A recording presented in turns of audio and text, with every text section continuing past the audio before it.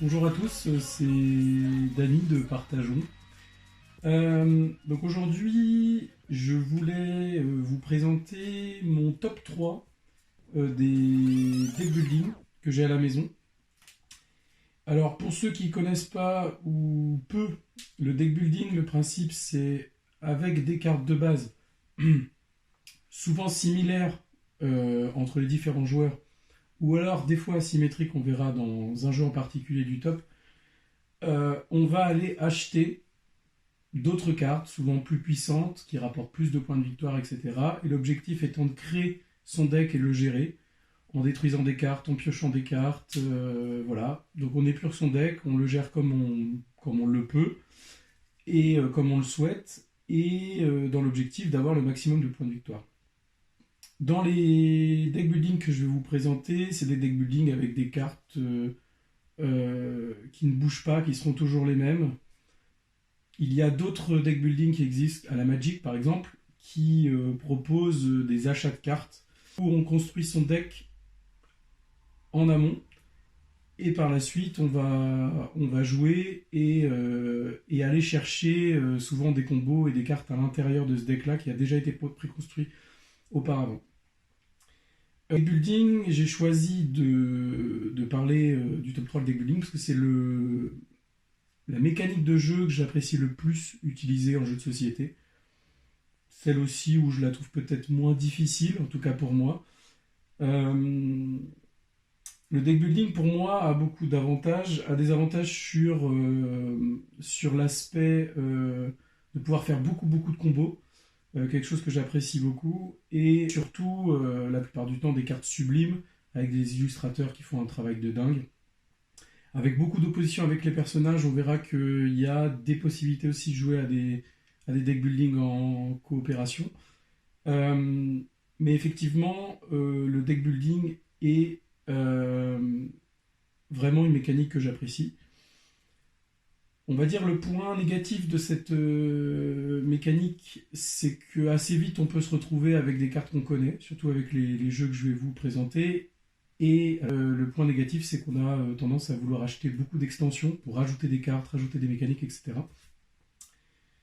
Donc voilà, on va commencer par le numéro 3. Alors, le numéro 3, c'est Mutant. Donc il est édité par Lucky Duck Games.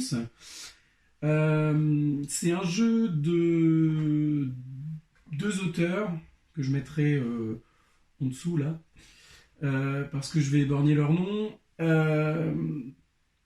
Donc Sen Fong Lim et Jesse Wright. Donc c'est un jeu que j'ai pledgé sur Kickstarter en novembre 2018. C'est un jeu qui joue de 1 à 4. Ils évoquent une durée de 20 minutes par joueur. C'est un peu plus que ça. Donc en fait l'histoire se passe en 2313. Exactement, grâce au progrès de la génétique, les humains sont en capacité de créer des mutants. Donc l'objectif du jeu va être avec cette mécanique de deck building, d'aller réussir à faire le maximum de points de gel. Donc je vous expliquerai ce que c'est par la suite. Je ne vais pas rentrer dans les détails, je ne vais pas vous faire une explication de règles, ce n'est pas l'objectif de la vidéo. Je vais plutôt aller sur pourquoi celui-ci arrive en top 3. En fait, je l'ai pledgé parce que j'ai vu plusieurs mécaniques qui étaient intéressantes et qui changeaient d'un peu d'autres deck building que j'avais joué dans le passé. La première qui est intéressante, c'est que sur cette piste de force, c'est une piste, pareil, je vous mettrai une petite image, où les personnes vont se retrouver, tous les adversaires vont se retrouver à un moment ou à un autre sur cette piste, et à la fin de la partie, celui qui est le plus loin sur la piste gagne vraiment 0 point de victoire. Et en fait, ce que j'ai trouvé intéressant, c'est que on va devoir tout le temps avoir un œil sur cette piste. L'objectif étant soit d'être au maximum parce qu'on gagne un maximum de points de victoire, mais en tout cas ne jamais être derrière. Et surtout, il y a des mécaniques dans le jeu qui vont jouer sur celui qui est devant va souvent enlever soit des points de victoire, soit faire défausser des cartes, soit rendre les mutants KO, etc. Donc cette piste était intéressante parce qu'elle demande en plus de gérer son deck, de gérer aussi ce que font les autres et où ils se positionnent sur cette piste et toujours essayer de gagner des points. Le principe du jeu, c'est que les mutants, le jeu de mutants est asymétrique. On commence avec les mêmes cartes, mais par contre, les cartes qu'on va aller acheter sont différentes suivant les joueurs. Et donc, certains decks, ça j'ai découvert en jouant, vont prioriser cette piste de force pour gagner leurs points de victoire. D'autres vont plutôt essayer de mettre des points de victoire de côté. Donc ça, c'est la deuxième mécanique que j'ai beaucoup appréciée dans le jeu. C'est qu'on peut mettre des mutants de côté. Ils seront plus utilisables dans la partie. Par contre, ils auront, donc c'est dans cette partie d'incubation, ça s'appelle, ils vont pouvoir être mis de côté, ils seront plus utilisables, par contre ils rapporteront des points de victoire. Et certains decks de certains personnages vont maximiser leurs points de cette manière-là. Et surtout, la première raison pour laquelle j'ai pledgé ce jeu, très compliqué à dire, avec beaucoup de consonnes, c'est le mouvement des cartes. Dans Mutant, le principe étant d'amener, quand on choisit de mettre un mutant en jeu, on va le mettre au milieu, ce qui s'appelle le mutant actif, donc il va avoir un effet d'arrivée. Donc vous le verrez, je mettrai une petite image en dessous aussi. Par exemple, l'alien, quand il arrive en jeu, il augmente de 1 sur la piste de force que je vous ai montré tout à l'heure. Et en fait, cette mécanique-là va être intéressante parce qu'à chaque fois qu'on va ramener un nouveau mutant actif, on va aller déplacer les autres qui ont déjà été placés sur la gauche, sur la droite. Et en dernière action, entre guillemets, c'est une fois qu'on ne peut plus les déplacer autre part, on va aller les défausser et les mutants ont une capacité de retrait, ça s'appelle. Et en fait, toute cette mécanique autour de... Il y a certains mutants qui vont être très intéressants à retirer parce qu'ils ont des effets assez puissants, comme celui de l'alien, là, en question, qui permet de copier un autre effet de déploiement d'un mutant, ce qui permettra de cumuler, en fait, des effets de retrait ou des effets de déploiement. Mais certains vont avoir pour objectif de rendre KO un mutant adverse. Donc un mutant KO, c'est un mutant qui se retrouve retourné et donc qui est inutilisable et qui en plus prend une place et qui est inutile pour la personne. Donc en fait, ce que j'ai beaucoup aimé dans le jeu, c'est que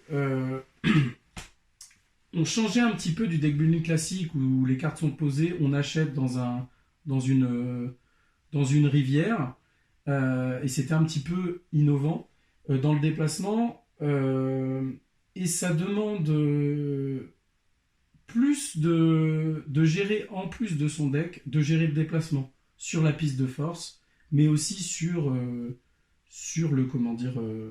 plateau, et de gérer aussi les mutants qu'on préfère garder pour continuer à progresser, à en récupérer de nouveaux mutants, mais aussi des fois les sacrifier pour pouvoir engranger certains points de victoire. Le point peut-être un peu négatif de ce deck building là, en tout cas avec le peu de parties que j'ai pu faire, c'est que il faut avoir bien saisi l'axe du deck qu'on a choisi. Parce que les decks qu'on a choisis vont, comme je vous dis tout à l'heure, favoriser les points de victoire directs, ou alors du gel progressif des mutants pour faire des points de victoire à la toute fin de la partie. Et effectivement, quand on fait une partie sans avoir cette mécanique-là, on découvre le deck progressivement et on se retrouve à perdre par méconnaissance du deck. Et quelque chose que j'ai pas encore tenté mais qui est intégré dans le jeu, on peut aussi faire des decks à l'avance en choisissant des mécaniques qu'on aime bien, on a envie d'un deck particulier, donc on peut aussi intégrer cette mécanique dans le deck building. Et dernière chose de ce jeu qui est intéressant, surtout en cette période de confinement, c'est qu'on peut y jouer seul, avec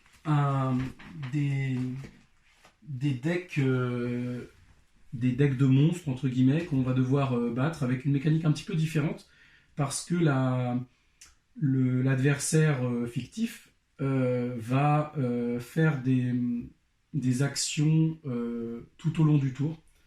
Et en plus avec des trucs assez drôles, parce que un des boss à tuer en solo s'appelle Jean Neige, avec une petite référence à Game of Thrones. Et voilà. Donc ça, c'est mon top 3 des deck building que j'ai à la maison. Voilà. Alors pour le numéro 2, on va s'attaquer à un jeu que j'ai beaucoup joué. Je pense que c'est le jeu que j'ai le plus joué dans ma carrière vidéoludique, on va dire ça comme ça. C'est Star Realms. Star Realms, vous entendez des dés, mais il n'y en a pas à la base dedans. Star Realms, c'est un jeu édité en France par Yellow, créé par Robert Dougherty et Darwin Castle. C'est un deck building, là on est dans la tradition pure. Des cartes de base, un deck de base de 10 cartes, 5 cartes en main, des cartes d'attaque, des cartes d'achat. C'est par là que j'ai commencé le deck building. On part d'une petite boîte qui vaut 14 € je crois, qui m'a été conseillée dans un petit magasin en me disant si t'aimes l'espace, si t'aimes les cartes, ça devrait te plaire. Et j'ai fait confiance et j'ai eu raison. C'est un jeu dans la plus pure tradition du deck building. Dans le jeu, on a nos cartes en main, notre pioche, notre défausse, nos adversaires d'eux-mêmes. Le jeu peut être joué à vraiment plusieurs, 3, 4, 5, jusqu'à 6, à des modes que j'ai jamais essayé. Le jeu a vraiment de l'intérêt à 2, je trouve, parce que on peut même y jouer seul. Il y a des scénarios pour jouer seul. L'intérêt à 3 ou 4, à 4 il peut être intéressant si on joue en équipe. À 3 il l'est moins, parce qu'il y a toujours cette idée qu'il y en a un qui va plus prendre que les autres. La solution sinon c'est de jouer en triangle, un attaque l'autre, etc. Mais il peut vite avoir un qui est lésé par rapport aux autres. Dans Star Realms, on va acheter des cartes, construire son deck pour avoir... Alors là, c'est pas le plus de points de victoire, mais il faut réduire le nombre de points de vie de son adversaire à 0. On commence à 50 points de vie.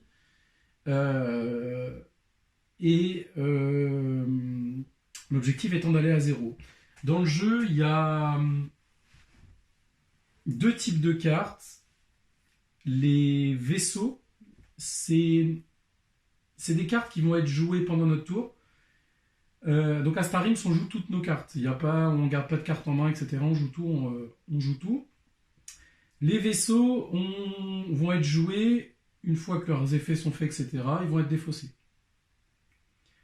Et l'autre type de carte, c'est les bases. Donc c'est des cartes qui, elles, à la fin, une fois qu'elles sont posées, elles restent tant qu'elles ne sont pas détruites par l'adversaire. Et dans Star Realms, il y a 2 types de cartes bases. Des avant-postes qui, elles, vont protéger toutes les autres cartes. Tant qu'elles ne sont pas détruites, on ne peut pas attaquer les points de vie, on ne peut pas attaquer les autres bases qui sont présentes. Donc au niveau protection, etc., ça peut être intéressant d'en avoir quand même un peu dans son deck. Alors, dans Star Realms, la mécanique qui est très intéressante, c'est ce qu'on appelle les chaînages. je sais d'ailleurs même pas si c'est le nom officiel du jeu, mais c'est pas grave, qui vont permettre, là par exemple, on a une carte jaune qui est l'Empire Galactique. Donc dans Star Realms, il y a quatre factions, entre guillemets, quatre types de cartes. Il y a les blobs, qui sont les vertes. Il y a la Fédération du Commerce, qui est en bleu. Donc on trouve des termes un peu qu'on a l'habitude de voir dans tout ce qui est space opéra et autres. Les technocultes, qui sont les rouges, et le jaune, donc l'Empire Galactique. Chaque faction a un peu ses spécificités. Les jaunes vont souvent faire défausser des cartes aux adversaires. Les rouges servent souvent à épurer le deck, à détruire des cartes de sa défausse. Les bleus vont souvent être beaucoup dans le commerce, Fédération du Commerce, et aussi pour gagner des points de vie, parce qu'on peut se healer dans le jeu. Et on peut même se retrouver avec plus de points de vie qu'on en avait au départ. Et les vertes, donc les blobs, sont très, très agressifs en général. Ils permettent de piocher et souvent de taper très fort. Et donc dans le jeu, ce qui est intéressant, la mécanique qui est la plus intéressante de chaînage, comme je disais auparavant, il permet, si le joueur joue une carte, puis joue une carte de la même couleur, de pouvoir faire un effet supplémentaire. Donc là, par exemple, pour le chasseur impérial, s'il le joue seul, il va gagner 2 points d'attaque pour faire 2 points de dégâts à son adversaire, et l'adversaire ciblé, donc si on est à plusieurs, on choisit l'adversaire, défausse une carte. S'il joue une autre carte jaune, il va avoir 2 points d'attaque supplémentaires qui vont être débloqués. Et en fait, cette mécanique de chaînage est vraiment très intéressante. Alors, c'est pas innovant parce que dans d'autres deck building, ils disent si vous avez d'autres chevaliers, si vous avez... Il y a des mécaniques similaires, mais l'avantage de celle-ci, c'est très... pour moi, c'est un des deck building les plus simples à prendre en main, parce que déjà, il y a beaucoup de symboles, c'est assez évident, on peut vraiment le faire découvrir à n'importe qui, même à des gens qui seront réticents avec cette mécanique de deck building où on doit gérer son deck, etc. Là, c'est assez simple, les mécaniques sont simples, c'est très structuré. Et après, si on veut complexifier ce que je disais en préambule, pour ceux qui aiment le deck building et qui veulent complexifier un peu la chose, Star Realms a beaucoup d'extensions. Donc là, moi, j'ai la grosse boîte qui permet de mettre tout dedans. Et en fait, dans les extensions, ils ont ajouté le principe de faire plusieurs chaînages à la fois, de commencer avec des decks asymétriques, qui nous permet même d'avoir 6 cartes en main avec plus de points de vie, etc. Avec des decks un peu plus spécifiques sur certaines couleurs. Il y a des scénarios qui permettent de déjà commencer le jeu avec soit si on veut faire des parties plus rapides, il y a un scénario qui permet que les cartes de base, donc les Vipers et les éclaireurs, ont plus de puissance au début du jeu, ce qui permet de faire des parties un peu plus rapides. Et il y a aussi des événements qui permettent que quand on les tire sur la ligne d'achat, il se passe des choses avec soit des points d'achat supplémentaires, soit des cartes qui sont défaussées, etc.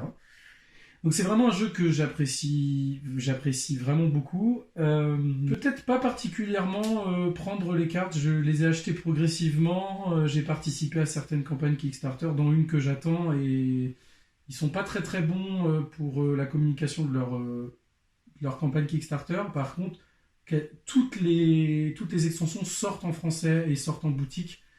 Je vous encourage à plutôt de les acheter en boutique. Vous ne serez pas embêtés, vous n'aurez pas l'attente et la communication assez déplorable autour du jeu. Et voilà, c'est un jeu que j'aime beaucoup. Comme beaucoup de deck building, il est un peu soumis dans certaines parties à la chance du tirage. Après, il y a des cartes un peu refuge qui permettent qu'on puisse quand même à un moment acheter s'il n'y a rien qu'on peut acheter qui est trop, soit qui sont trop chères, soit qui sont pas intéressantes. On peut avoir des cartes refuge. Mais voilà, c'est un jeu qui est vraiment que moi j'apprécie beaucoup, qui aurait pu être en top 1 parce que j'y ai beaucoup joué. Mais depuis quelques temps, il y a un jeu qui est sorti et voilà, qui est pour moi tout en haut. Donc voilà. Alors le numéro 1, c'est nul autre que DC Comics Deck Building. Donc c'est un jeu édité par Cryptozoic Entertainment, un jeu de Matt Ira et Ben Stoll. C'est un jeu que j'ai découvert à l'assaut, vraiment une chouette découverte. Donc, comme vous avez pu le voir, c'est dans l'univers de DC Comics. C'est un jeu, en tout cas le jeu de base, qui propose d'être plusieurs super-héros. Donc c'est un jeu compétitif pour le jeu de base. Donc on va choisir dans un premier temps, on va avoir le choix entre 3 super-héros. Et on va choisir celui qui nous paraît le plus intéressant. Donc là j'ai pris des exemples. Il y a Flash et Superman. Et donc ça c'est un pouvoir qu'on aura toute la partie, qui va avoir une incidence sur les cartes qu'on va choisir pour essayer de faire un peu de synergie, et qui va avoir un impact sur nos tours. Souvent il y a un bonus suivant le type de carte qu'on choisit. Pour Superman, il va avoir plus de puissance, je vais vous expliquer ce que c'est par la suite, s'il joue des super pouvoirs. Flash, lui, c'est quand il y a une pioche dans son tour, il va pouvoir piocher une seconde fois. Donc voilà, donc dans DC Comics, on commence avec une main avec des coups de poing et des vulnérabilités. Comme quoi, même les super-héros ne sont pas parfaits. Donc les coups de poing vont nous donner 1 en puissance, les vulnérabilités n'ont pas d'effet. L'objectif dans le tour, quand c'est à notre tour, on va devoir jouer nos cartes et essayer d'accumuler le maximum de puissance. Ce qui nous permettra, dans une ligne d'achat, ce qu'on retrouve comme beaucoup de deck building, comme Star Realms que j'ai parlé précédemment, ou d'autres, il y a une ligne d'achat où on peut aller acheter des cartes pour gonfler son deck, ou en tout cas l'améliorer, pour pouvoir avoir le maximum de points. Alors, dans DC Comics, comment on fait pour progresser? Il va avoir la ligne d'achat où on va gagner des cartes qui vont être plus ou moins puissantes, et qui, en bas à droite, au niveau de l'étoile, ont un numéro de points, c'est le nombre de points de victoire. Celui qui a le plus de points de victoire à la fin de la partie, il gagne. Donc dans les cartes qui sont proposées, il y en a plusieurs. Il y a les super pouvoirs. Donc là, l'intérêt, par exemple, de jouer Superman étant d'acheter, si on peut, plutôt beaucoup de cartes oranges, des cartes super pouvoirs qui vont lui permettre, à chaque fois qu'il en joue une, de gagner un point supplémentaire, etc. Donc voilà, il y a des lieux, donc c'est les seules cartes qui restent sur le terrain et ont des effets aussi sur des cartes spécifiques. DC Comics joue beaucoup sur, en général, on joue un type de carte et on le garde quasiment toute la partie. Donc on va s'adapter par rapport à la rivière de cartes qui nous est proposée, mais en général, si on peut, on va choisir de maximiser. Les parties où j'ai fait le plus de points, avec certains diront beaucoup de chance, j'avais un super-héros qui faisait en sorte que si je jouais un type de carte spécifiquement, ça me permettait d'avoir des points en plus ou de piocher, etc. Donc en fait, je maximisais en jouant surtout ce type de carte. Donc voilà, donc il y a les super-pouvoirs, les lieux, il y a les équipements donc, qui souvent ajoutent aussi de la puissance, etc.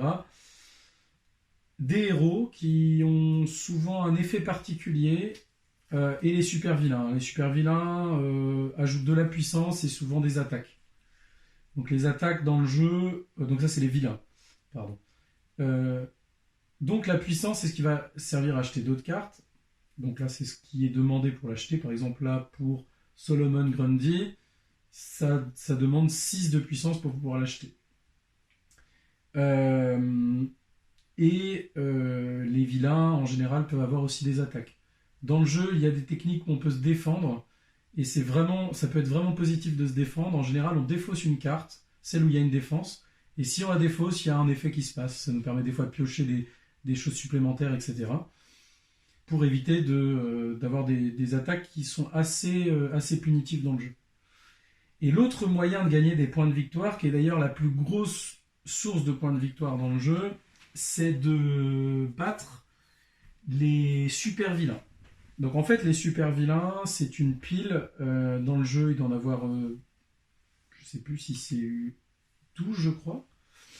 Et en fait, il y a un vilain sur le dessus et tout le reste en dessous.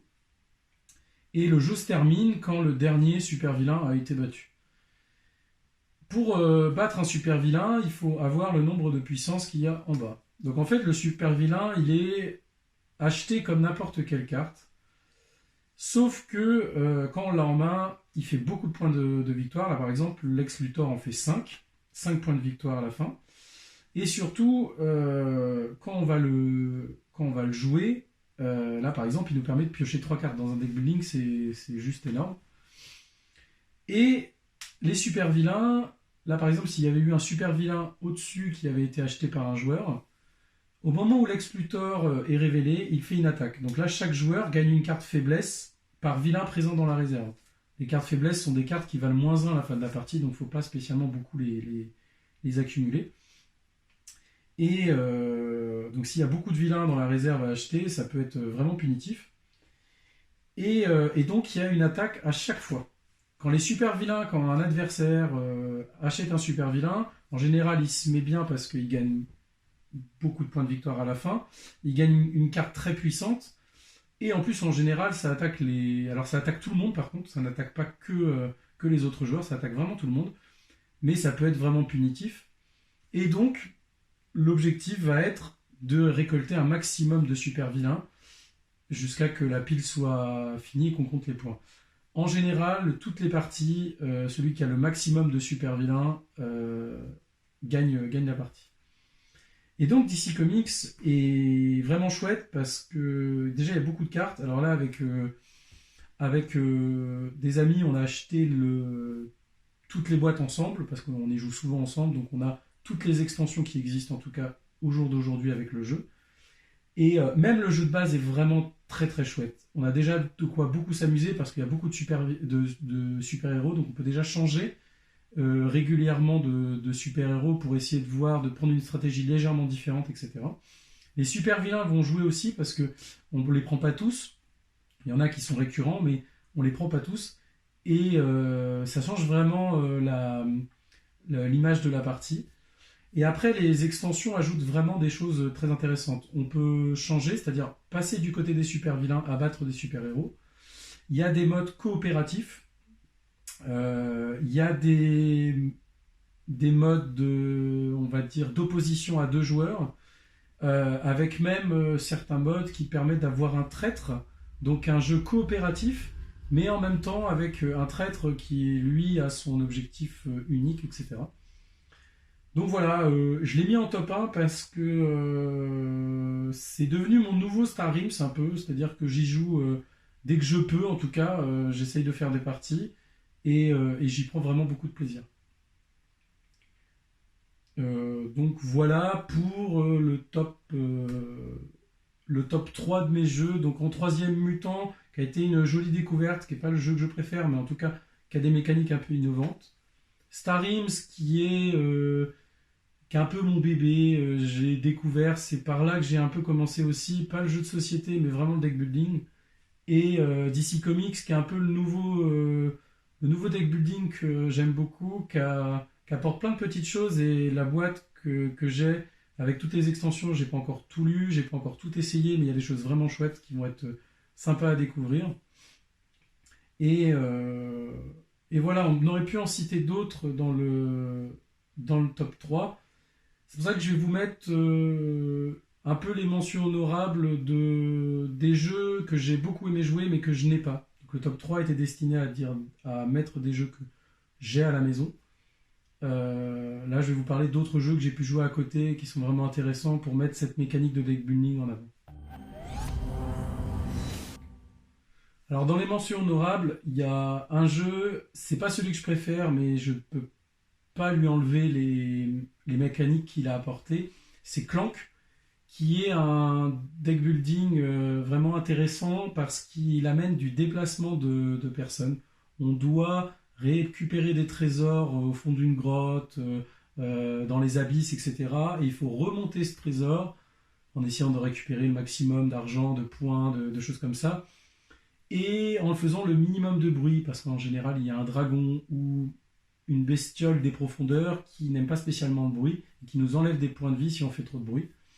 Et en fait, cette mécanique de gérer et des points d'achat pour récupérer des bonnes cartes et récupérer des points de déplacement pour essayer de se déplacer le plus vite possible et surtout remonter le plus vite possible, parce que si on vient à ne pas remonter à partir du moment où le premier joueur a récupéré son trésor et est remonté à la surface, on peut se retrouver coincé et finalement perdre la partie sans même comptabiliser nos points.